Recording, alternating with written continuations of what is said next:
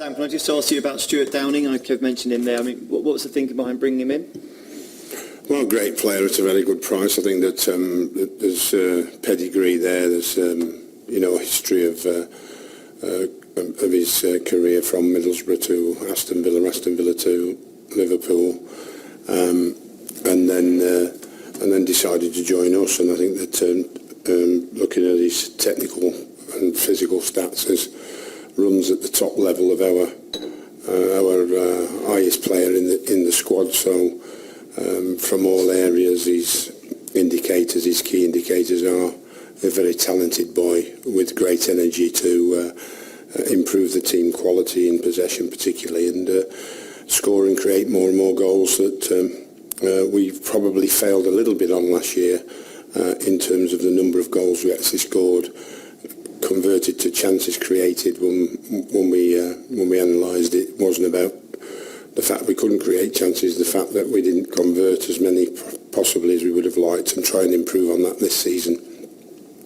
So that's Stewie and picking up two players of that quality, with Andy included from Liverpool, 50 million plus 2 years ago.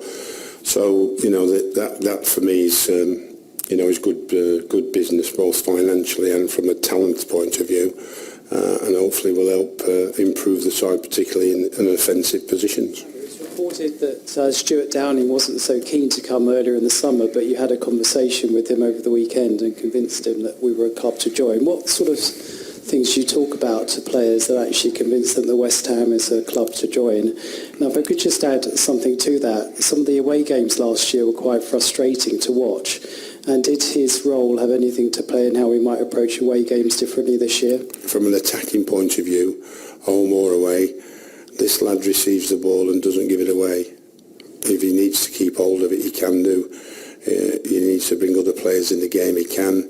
If he wants to dribble, he's very good at it. He can go from one end of the pitch to the other with the ball at his feet, and then he can produce the sort of balls that we want him to produce, which is excellent crossing, as he did at Aston Villa. At Liverpool, crossing wasn't a part of their game or their makeup or their plan by Brendan, so he felt frustrated by the fact that he'd get himself in a good position to cross it, but then the way they wanted to play was pass it inside and pass it across midfield and try and slide it through. So I think that's another one of the reasons why he chose to join us.